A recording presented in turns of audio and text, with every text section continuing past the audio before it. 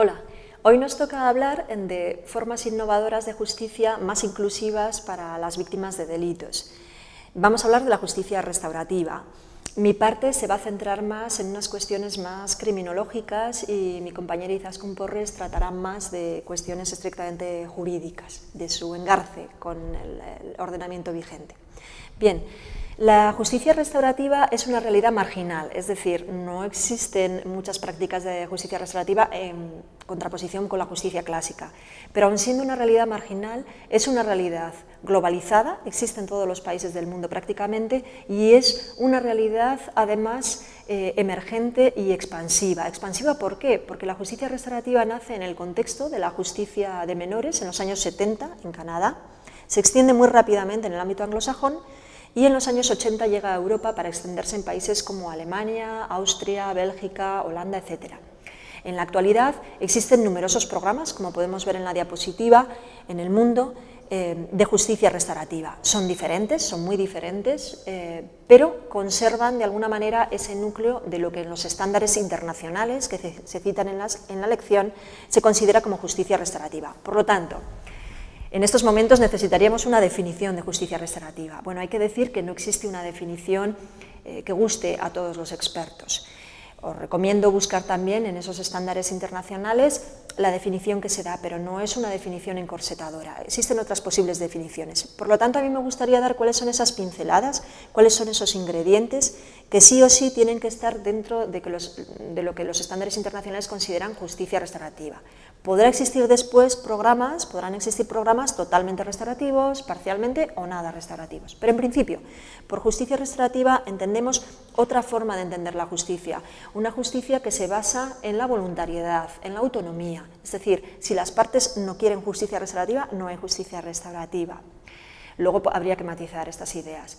Es una justicia además basada en el encuentro. Lo que quiere la justicia restaurativa es que se produzca un encuentro, puede ser directo o puede ser también indirecto, entre la víctima y la persona que ha cometido el delito.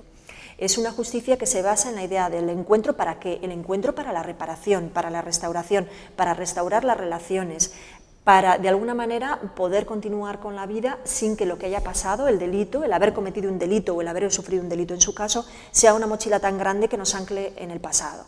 Bueno, esto sería, en términos muy simples, una definición por los elementos fundamentales, por los valores fundamentales de la justicia restaurativa, valores de autonomía relacional, valores de encuentro y valores de reparación o restauración. Por lo tanto, la justicia restaurativa es un conjunto, podemos definirla como un conjunto de valores, de principios y de prácticas.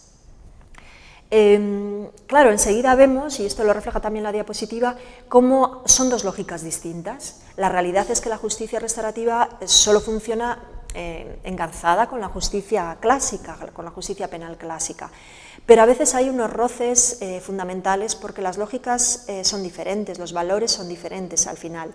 La justicia clásica tiene una preocupación por salvaguardar las garantías de la persona acusada, como ya dijimos, y condenada. Por lo tanto, de alguna manera, la justicia clásica lo que busca es ver si esa persona es culpable, si la persona, establecer la culpabilidad, si es culpable, establecer hasta qué grado lo es, si ese hecho se ha cometido, y establecer una pena proporcional.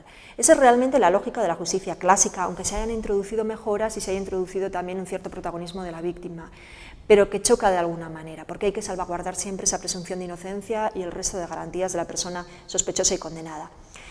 La lógica de la justicia restaurativa es una lógica distinta, no se preocupa tanto por establecer la culpabilidad, no se preocupa tanto por eso, sino que lo que se preocupa es por que la persona que ha cometido un hecho dañino, un delito, se haga responsable, ese hacerse responsable con la ayuda de la comunidad más cercana, con la ayuda de los servicios sociales, con ayuda de la familia, con ayuda de los amigos, y para que ese hecho no se vuelva a producir y que haya una cierta reparación.